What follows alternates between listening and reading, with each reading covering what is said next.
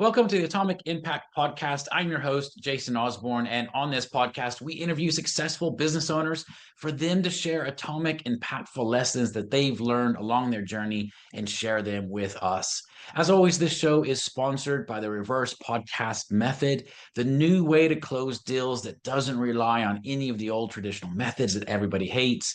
We use this method to book 26 qualified leads and sales calls in 10 days without any ad spend, outreach, or endless social media posting. To find out more, direct message me on LinkedIn to have a chat. That's Jason A. Osborn, and the link to that will be in the show notes below.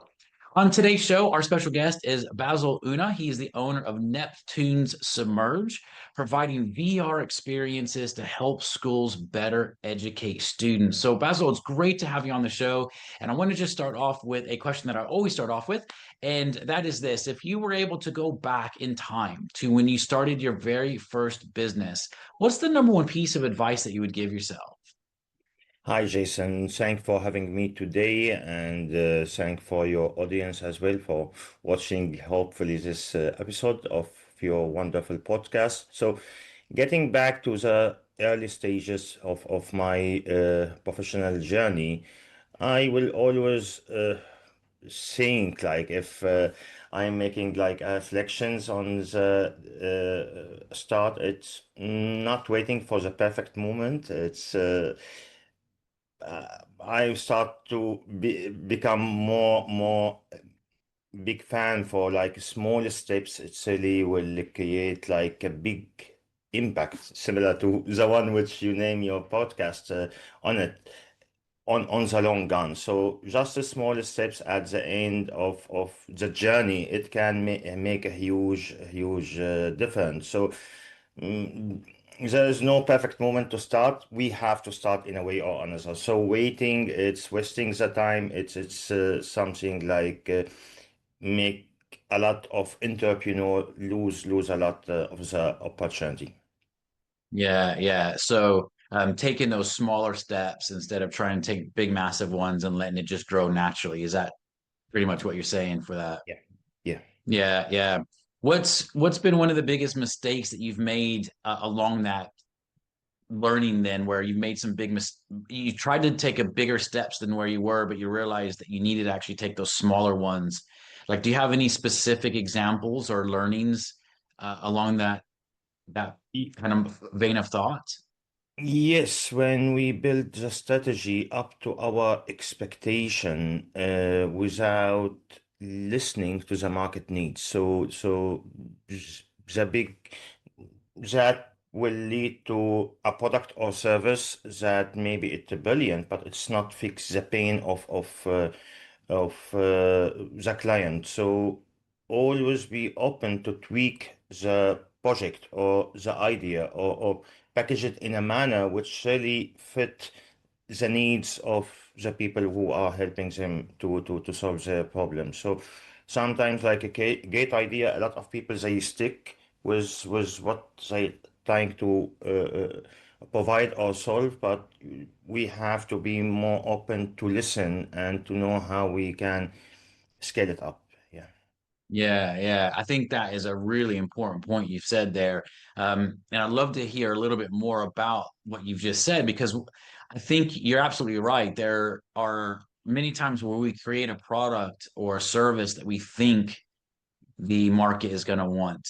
And we put a lot of time and effort into it. And then we launch it to only find out they don't really want it at all. So what are some learnings now that you implement in your business whenever you are maybe scaling what you're doing or adding on additional services to what you're doing? What's the process now that you take so that you're not wasting time creating something that people just don't want? It's again us to go to the market like even with not a perfect product, but like with a demo just to test the reaction and from there knowing how to build the MVP or the final product. So having something in hand just to test the depths of the water, that it's a big mm, mm, mm, mm, data we can and information we can get which can help to build the final product. So uh, instead of investing a lot in something, as you mentioned, I think it will help, and then maybe discover, oh, this is just I'm targeting very niche market, which not help me to go in the future. So yes, testing in early stages, going to the market in the early stages, it will pay off a lot. Yeah, yeah. So going, testing, letting people kind of maybe use the product and service to see if it's actually what they're wanting, and instead of trying to get the whole thing done and then wasting time. Yeah, Am I hearing you correct with that? yeah, definitely. Yeah. Yeah, I think it's a great lesson, and definitely one that I've seen so many of my clients, and I've made those mistakes as well. You put something together you think is amazing, but then people just don't want it. So really, really key learning there for sure. Well, beyond that, I know that that's one of the challenges you've had and you've learned along that. But if you were to think about the biggest challenge that you've had in the growth of your business, something that seemed almost insurmountable to overcome at the time, do you have any examples of that? And what are the biggest lessons that you've learned through that? From in tech industry, especially like time, it's something very, very challenging because as you can see, like what was impossible like a few months back, now it's very doable with a lot of tools. And so implementing the idea and validated, like again executing what we generate or creative, it's important. So time, something sometimes we have like a great idea, but we don't execute, and it will have no value after a short period of time. So leading the market need like taking an action and use the time. And yeah, so the biggest challenge in the tech, I feel like we are racing with the time. Yeah. Yeah, yeah, yeah. So time, so just letting time kind of do its thing as well. Yeah, I think that's a hard lesson, I think, for people to learn because we always want everything now. But letting things just build up over time is really, really important for sure. Yeah, absolutely. Absolutely. Is there along the journey of building up what you've built, particularly within tech, are there any particular challenges that you see with that in the industry right now? And you've alluded to the fact that things are changing so fast. So So I'm assuming that if you build something, you think, oh, this is great, it might be outdated fairly quickly. So I know that might be a challenge, but are there any other challenges that you're seeing that you're having to manage?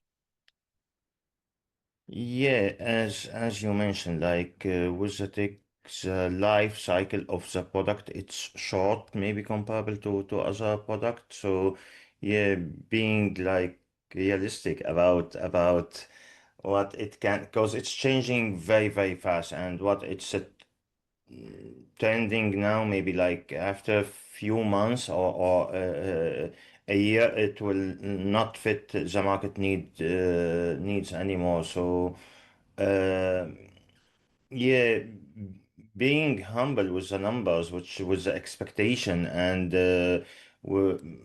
be ready always to have something to always like elevate or polish what we have in hand to keep it updated to the market, uh, to be sure that yeah, the research or the development, we are leading the service in the market. So um, it's continuous process, which is not a lot of other people like in other industry, maybe they build up a product and that's it, and it doesn't need that modification all the time. But yes, in tech you have to keep working on this on developing continuously for the service. Yeah.